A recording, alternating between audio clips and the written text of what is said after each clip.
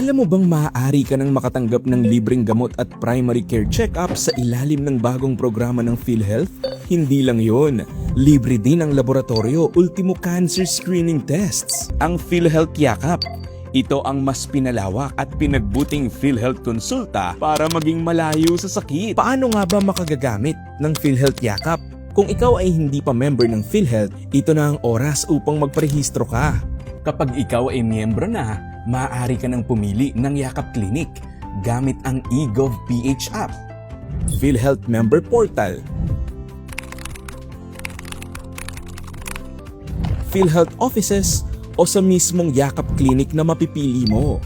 O-scan lang itong QR code. Kapag nakapili ka na ng Yakap Clinic, puntahan ito at gawin ang First Patient Encounter o FPE. Dito, kukunin ng iyong Yakap Clinic ang basic health information mo. Iba pa ito sa medical consultation na ha.